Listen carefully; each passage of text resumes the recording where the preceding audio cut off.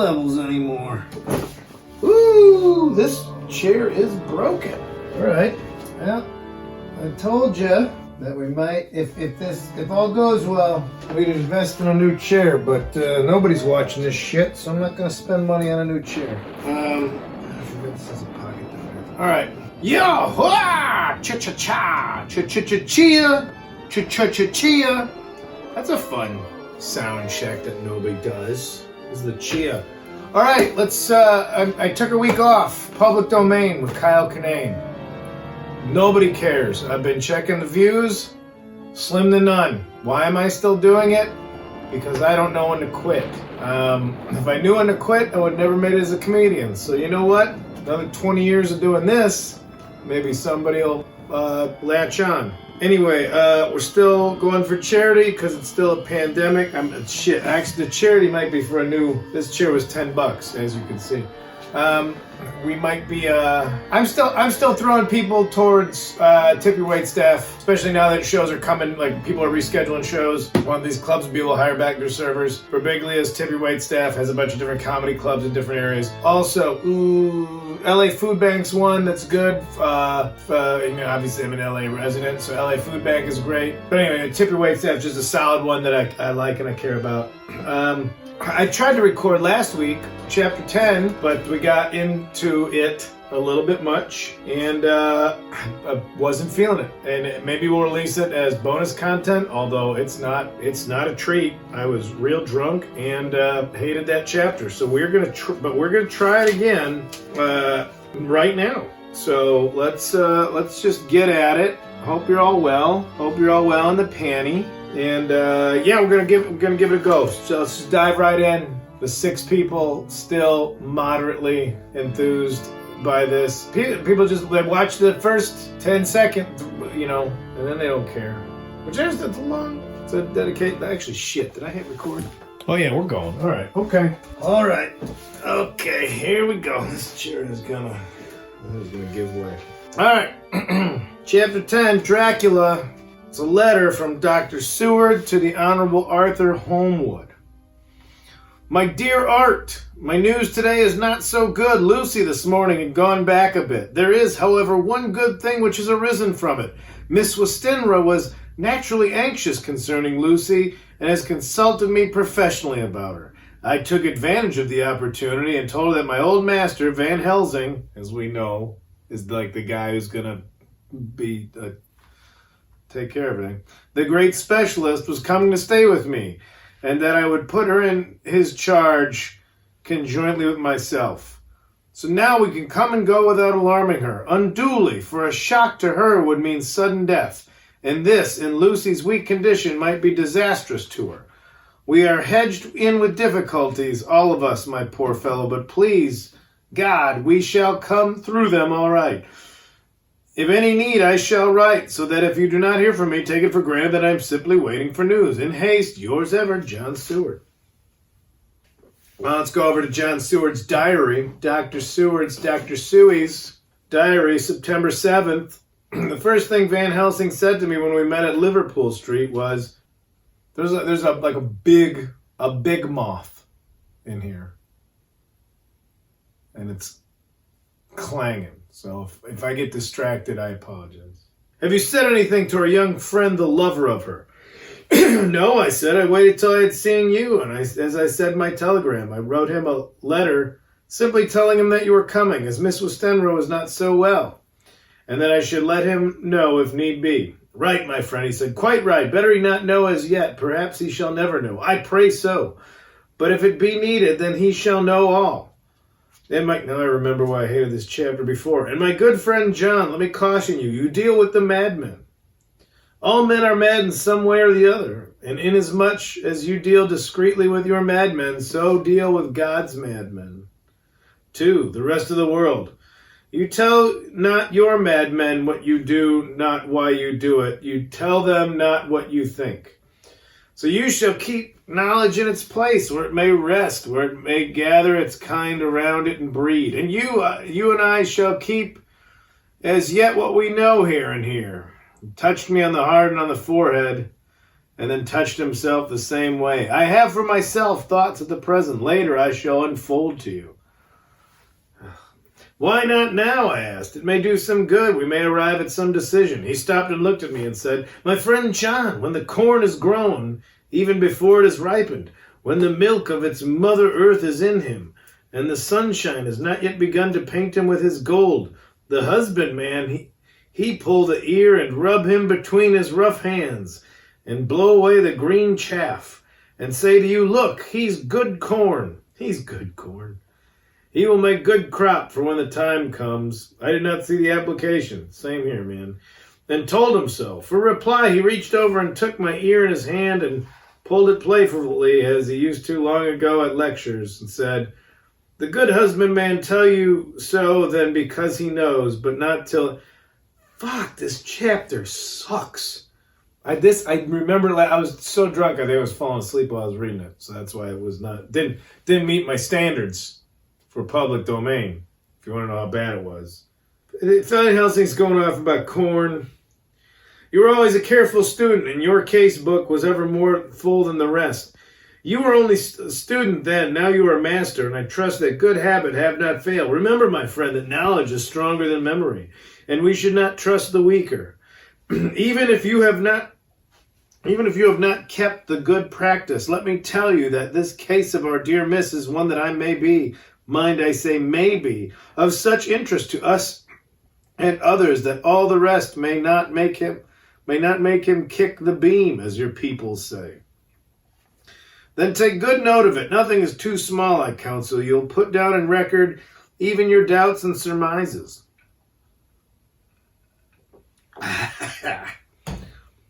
Hereafter it may be of interest to you to see how true you guess. We learn from failure, not from success. There's been a theme for this public domain with Kyle Kinane. It's that we learn from failure, not from success. I think we learn to maybe read the book first before we take on such an endeavor. I'm not even halfway through. We better get through this dog shit back and forth between people who aren't Dracula. It's a lot of chit-chat from people who aren't Dracula right now. When I described Lucy's symptoms, the same as before, but infinitely more marked. He looked very grave, but said nothing. He took with him a bag. How long before they mentioned the color of her cheeks? He took with him a bag in which were many instruments and drugs, the ghastly paraphernalia of our beneficial trade. Another great My Chemical Romance album title. As he once called in one of his lectures, the equipment of a professor of the healing craft. When we were shown in, Miss Westenra met us. She was alarmed, but not nearly so much as I expected to find her. Nature, in one of her beneficent moods, has ordained that even death has some antidote to its own terrors. Here, in a case where any shock may prove fatal, matters are so ordered that from some cause or other, the things not personal, even the terrible change in her daughter to whom she is so attached, do not seem to reach her. It is something like the way Dame Nature gathers round a foreign body an envelope of some insensitive tissue which can protect from evil that which it would otherwise harm by contact. If this be an ordered selfishness, then we should pause before we condemn anyone for the vice of egoism, for there may be deeper root for its causes than we have knowledge of. I used my knowledge of this phase of spiritual pathology and laid down a rule that she should not be present with Lucy or think of her illness more than was absolutely required. She assented readily, so readily that I saw again the hand of nature fighting for life. Van Helsing and I were shown up to Lucy's room. It's going to talk about color. If I was shocked when I saw her yesterday, I was horrified by what I saw today. She was ghastly, chalkily pale, and the red seemed to have gone even from her lips and gums. Not even the cheeks, the gums. And the bones of her face stood out predominantly. Her breathing was painful to see or hear. Van Helsing's face grew set as marble. His eyebrows converged till they almost touched over his nose. Lucy lay motionless and did not seem to have the strength to speak. So for a while, that's no big loss there. So for a while, we were all silent. Then Van Helsing beckoned to me, and we went gently out of the room. The instant we had closed the door, he stepped quickly along the passage to the next door, which was open. Then he pulled me quickly in with him and closed the door. "My God," he said, This is dreadful. There's no time to be lost. Well, plenty of time to talk about how you left one room and went into another room. There's no time to be lost. She will die for sheer want of blood to keep the heart's action as it should be. She's a vampire, you motherfuckers. We established this. They're vampires. There must be transfusion of blood at once. Is it you or me? I am younger and stronger, Professor. It must be me. Then get ready at once. I will bring up my bag. I am prepared. I went downstairs with him, and as we were going, there was a knock at the hall door. When we reached the hall, the maid had just opened the door, and Arthur was stepping quickly in. He rushed up to me, saying in an eager whisper, Jack, I was so anxious. I read between the lines of your letter and have been in agony. The dad was better, so I ran... The dad, calling your own father the dad. The dad was better, so I ran down here to see for myself. Is not that gentleman Dr. Van Helsing? I am so thankful to you, sir, for coming. When first the professor's eye had lit upon him, he had been angry at his interruption at such a time. But now, as he took in his stalwart proportions and recognized the strong young manhood which seemed to emanate from him, his eyes gleamed. Without a pause, he said to him gravely as he held out his hand, Sir, you have to come in time. You are the lover of our dear miss. She is bad, very, very bad. Nay, my child, do not go like that. For he suddenly grew pale and sat down in a chair, almost fainting. You are to help her. You can do more than any that live, and your courage is your best help. Courage to finish this book. What can I do? Asked Arthur hoarsely.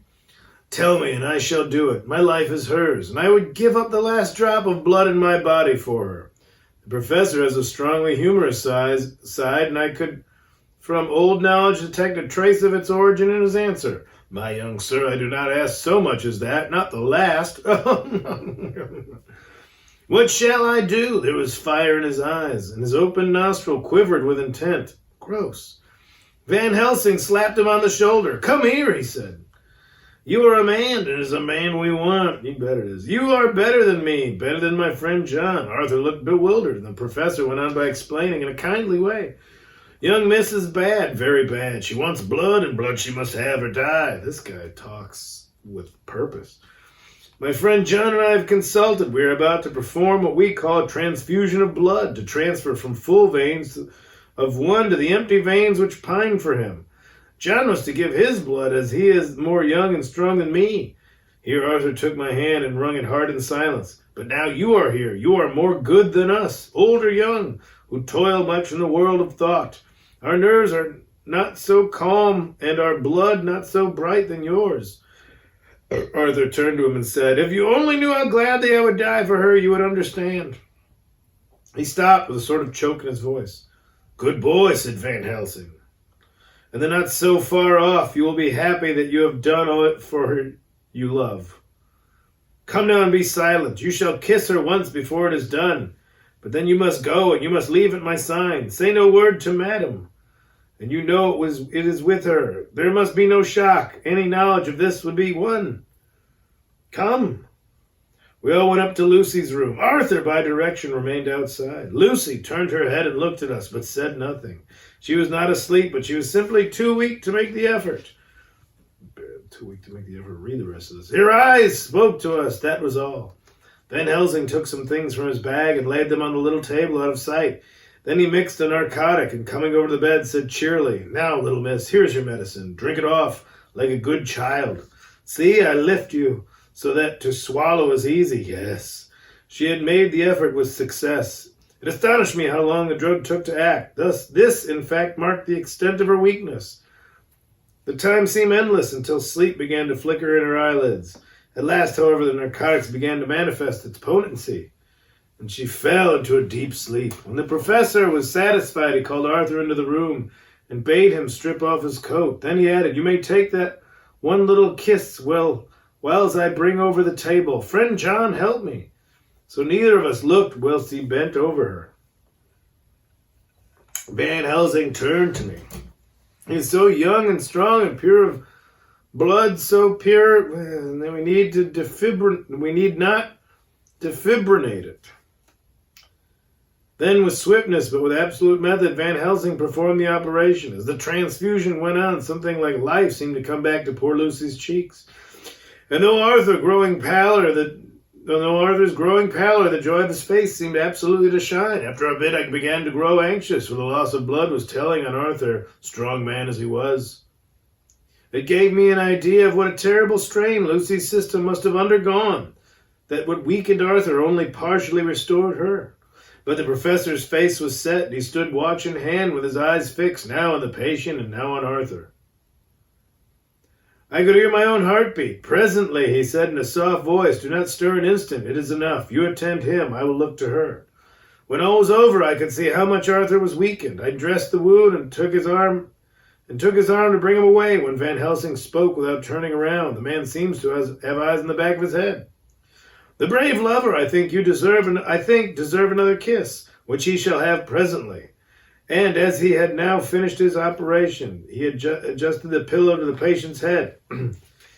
As he did so, the narrow black velvet band, which seemed to always wear around her throat, buckled. An old diamond buckle, which her lover had given her, was dragged up a little, and showed a little red mark. Arthur did not notice it, but I could hear the deep hiss of indrawn breath, which is one of Van Helsing's ways of betraying emotion.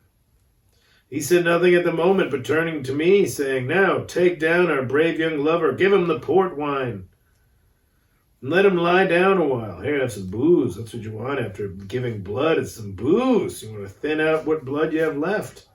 Dr. Van Helsing sounds like a shit doctor. He must not stay here. Get him going, too. You just transfused blood? Have some booze and hit the road, buddy. Hold a moment. I may take it, sir, that you are anxious of result. Then bring it with you that in all ways the operation is successful. You've saved her life this time. You can go home and rest easy in mind that all that can be is. I shall tell her all when she is well. She shall love you none the less for what you have done. Goodbye.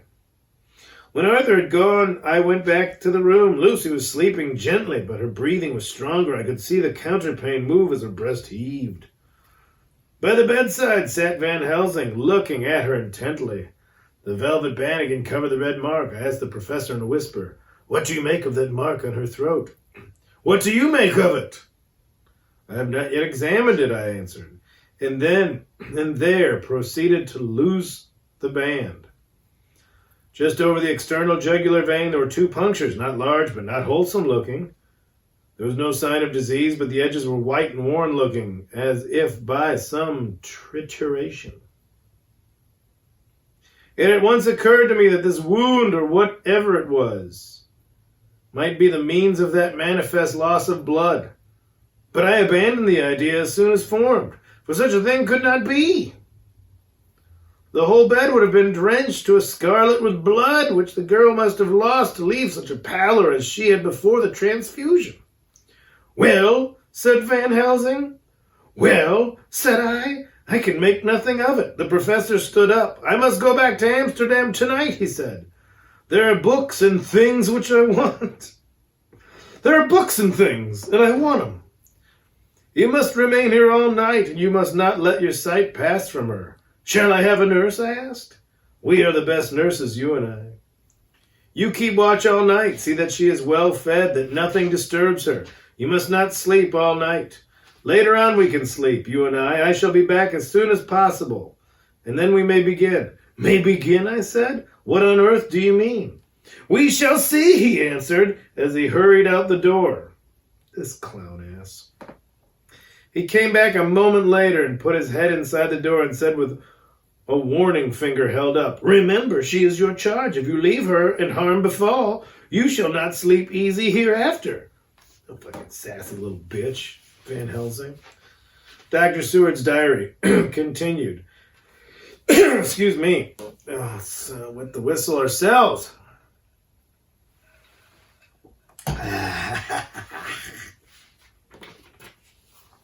September 8th. I sat up all night with Lucy. The opiate worked itself off towards dusk, and she waked naturally. She looked a different being from what she had been before the operation. Her spirits even were good, and she was full of a happy vivacity. But I could see evidences of the absolute prostration which she had undergone. When I told Mrs. Westrenra that Dr. Van Helsing had directed that I should sit up with her, she almost pooh-poohed the idea. pointing out her daughter's renewed strength and excellent spirits. I was firm, however, yeah, you were, and made preparations for my long vigil. Goddamn. When her maid had prepared her for the night, I came in, having in the meantime had supper, and took a seat by the bedside. She did not in any way make objection, but looked at me gratefully whenever I caught her eye. After a long spell, she seemed sinking off to sleep, but with an effort, seemed to pull herself together and shook it off. This was repeated several times, with greater effort and shorter pauses as the time moved on. It was apparent that she did not want to sleep, so I tackled the subject at once. You do not want to go to sleep? No, I am afraid. Afraid to go to sleep? Why so? Why so? It is the boon we all crave for. You know, craving them boons. Ah, not if you were like me, if sleep was to you a presage of horror. A presage of horror? What on earth do you mean? I don't know. Oh, I don't know. And that is what is so terrible. All this weakness comes to me in sleep until I dread the very thought. But, my dear girl, you may sleep tonight. I am here watching you, and I can promise nothing will happen. Ah, I can trust you. I seized the opportunity and said, I promise you that if I see any evidence of bad dreams, I will wake you at once. You will? Oh, will you really? How good you are to me. Then I will sleep. And almost at the word, she gave a deep sigh of relief and sank back asleep. Nobody can do that. All night long I watched her. She never stirred, but slept on in a deep, tranquil, life-giving, health-giving sleep. Her lips were slightly parted, and her breast rose and fell with the regularity of a pendulum. There was a smile on her face, and it was evident that no bad dreams had come to disturb her peace of mind.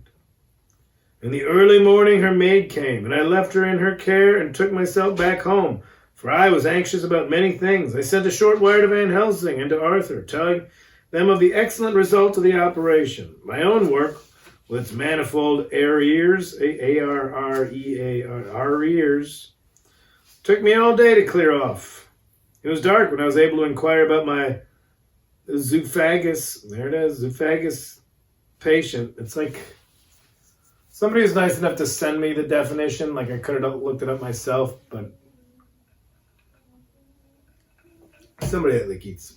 Zoophagous patient. The report was good. He had been quiet for the past day and night. A telegram came from Van Helsing at Amsterdam whilst I was at dinner, suggesting that I should be at Hillingham tonight, as it might be well to be at hand, and stating that he was leaving by the night mail and would join me early in the morning.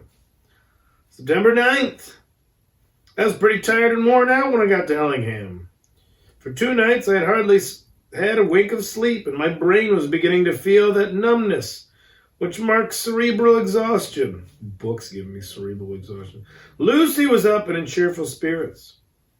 When she shook hands with me, she looked sharply in my face and said, "No sitting up tonight for you. You are worn out." "I'm quite well again, indeed. I am. And if there is to be any sitting up, it is I who will sit up with you." I would not argue the point, but went and had my supper. Lucy came with me, and, enlivened by her charming presence, I made an excellent meal, and had a couple of glasses of the more than excellent port. Then Lucy took me upstairs and showed me a room next to her own where a cozy fire was burning. "Now," she said, "you must stay here. I shall leave this door open and my door too. You can lie on the sofa, for I know that nothing would induce any of you doctors to go to bed whilst there is a patient above the horizon. If I want anything, I shall call out, and you can come to me at once." I could not but acquiesce, for I was dog-tired, and could not have sat up had I tried. So, on her renewing her promise to call to me if she should want anything, I lay on the sofa and forgot all about everything. Lucy Westenra's diary, September 9th. I feel so happy tonight. I have been so miserably weak, that to be able to think and move about is like feeling sunshine after a long spell of the east wind out of a steel sky. Somehow Arthur feels very, very close to me. I seem to feel his presence warm about me. I suppose it is that sickness and weakness are selfish things, and turn our inner eyes and sympathy on ourselves, whilst health and strength give love rein. And in thought and feeling he can wander where he wills.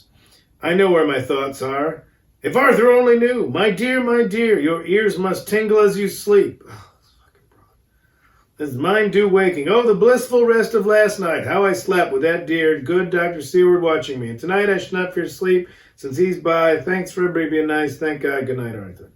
Dr. Seward's diary, September 10th. I was conscious of the professor's hand on my head and started awake all in a second. It's one of the things that we learn in an asylum at any rate. And how was our patient? Well, when I left her, or rather when she left me, I answered. Come, let us see, he said, and together we went into the room. The blind was down, and I went over to raise it gently, whilst Van Helsing stepped with a soft cat-like tread over the bed. As I raised the blind and the morning sunlight flooded the room, I heard the professor's low hiss of inspiration, and knowing its rarity, a deadly fear shot through my heart. As I passed over, he moved back, his exclamation of horror. Gott in Himmel! Needed no enforcement from his agonized face. He raised his hand and pointed to the bed, and his iron face was drawn and ashen white. I felt my knees begin to tremble. There on the bed, seemingly in a swoon, lay poor Lucy, more horribly white and wan-looking than ever. Ah, she's sick again. Even the lips were white, and the gums seemed to have shrunken back from the teeth, as we sometimes see in a corpse after a prolonged illness. Van Helsing raised his foot to stamp in anger, but the instinct of his life and all the long years of habit stood to him, and he put it down again softly. Quick, he said, bring the brandy. I flew to the dining room and returned with a decanter. He wetted the poor white lips with it, and together we rubbed palm and wrist and heart. He felt her heart, and after a few moments of agonizing suspense said, It's not too late, it beats, though but feebly. All our work is undone, we must begin anew. There is no young Arthur here now. I have to call on you yourself this time, friend John. As he spoke, he was dipping into his bag and producing the instruments for transfusion. I had taken off my coat and rolled up my shirt sleeve. There was no possibility of an opiate just at present, no need of one. And so, without a moment's delay, we began the operation. After a time, it did not seem a short time either, for the draining away of one's blood, no matter how willing it be giving, is a terrible feeling. Van Helsing held up a warning finger. Do not stir, he said.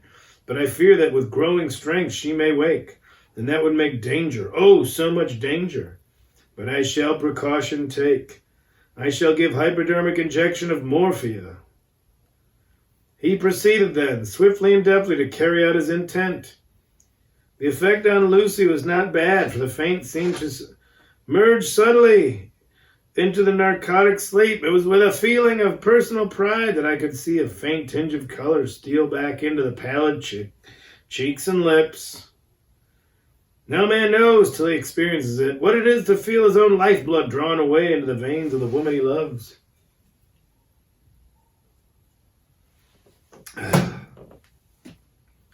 The professor watched me critically. That will do, he said. Already, I remonstrated.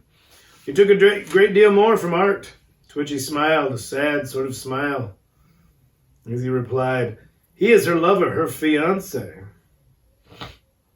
You have much work to do for her and for others, and the present will suffice. That's right, he was one of her suitors.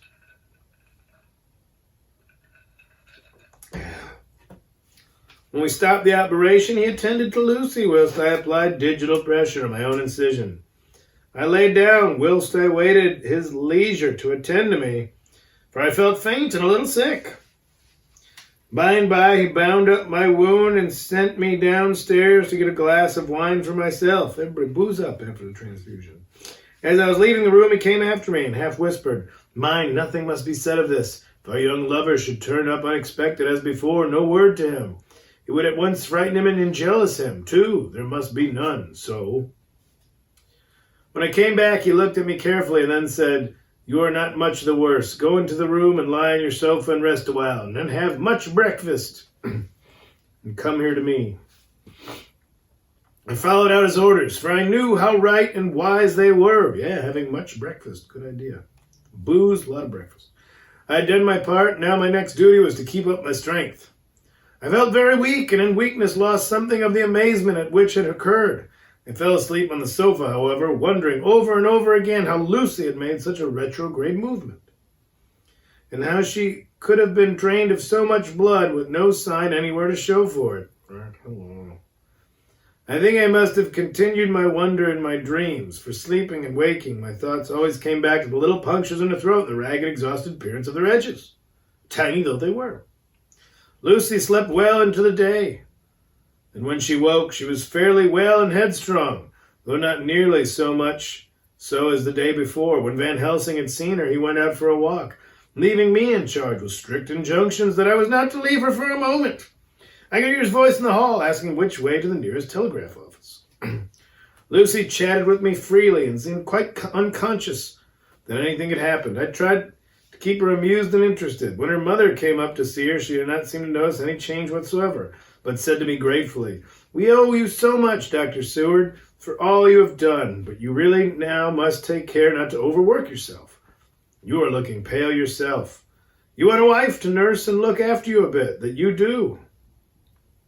As she spoke, Lucy turned crimson, though it was only momentarily, for her poor wasted veins could not stand for long such an unwanted drain to the head. The reaction came in excessive pallor as she turned imploring eyes on me. I smiled and nodded and laid my finger on her lips with a sigh as she sank back amid her pillows.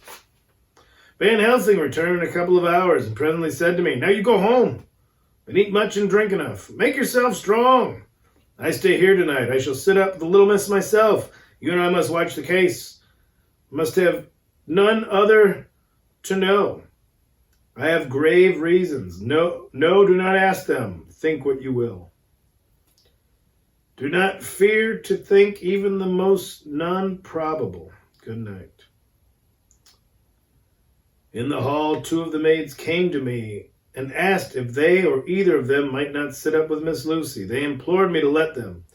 When I said it was Dr. Van Helsing's wish that either he or I should sit up, they asked me quite piteously to intercede with the foreign gentleman.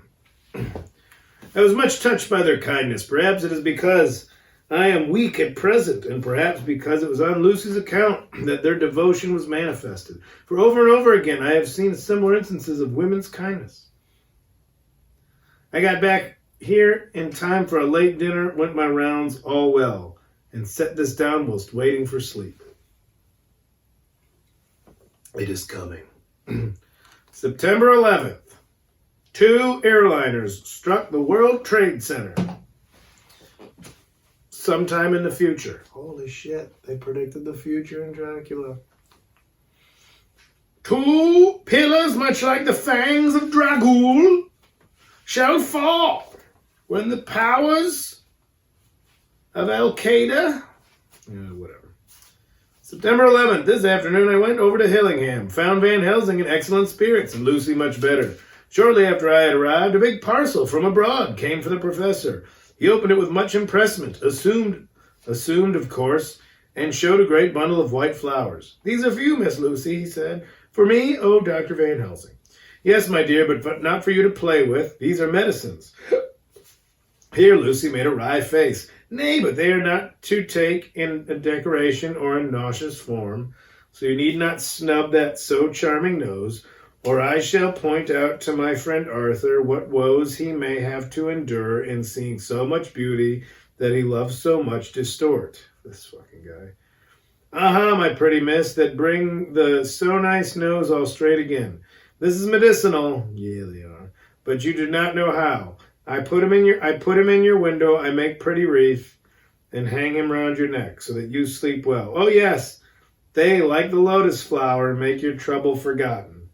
It smells so like the waters of Lethe, and of that fountain of youth that the conquistadors sought for in the Floridas, and find him all too late."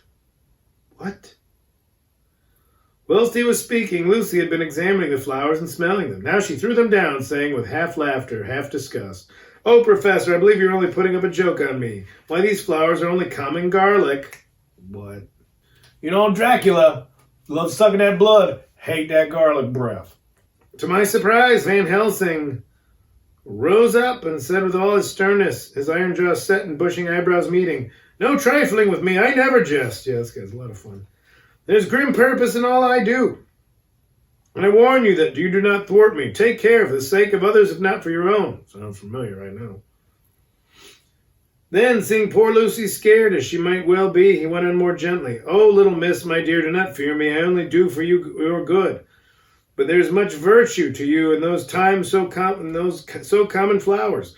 Say, I place them myself in your room. I make myself the wreath that you are to wear. But hush, no telling the others that make so inquisitive questions. We must obey, and silence is a part of obedience, and obedience is to bring you strong and well into loving arms that wait you. Now sit still a while.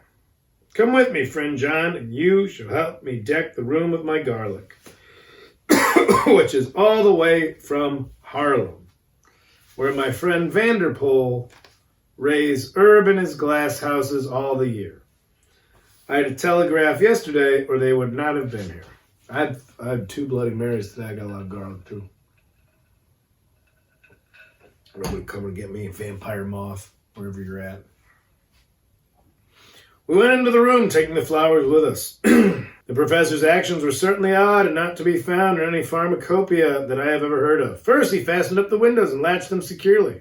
Next, taking a handful of the flowers, he rubbed them all over the sashes, as though to ensure that every whiff of air might get in would be laden with the garlic smell. This is why vampires don't attack Italians.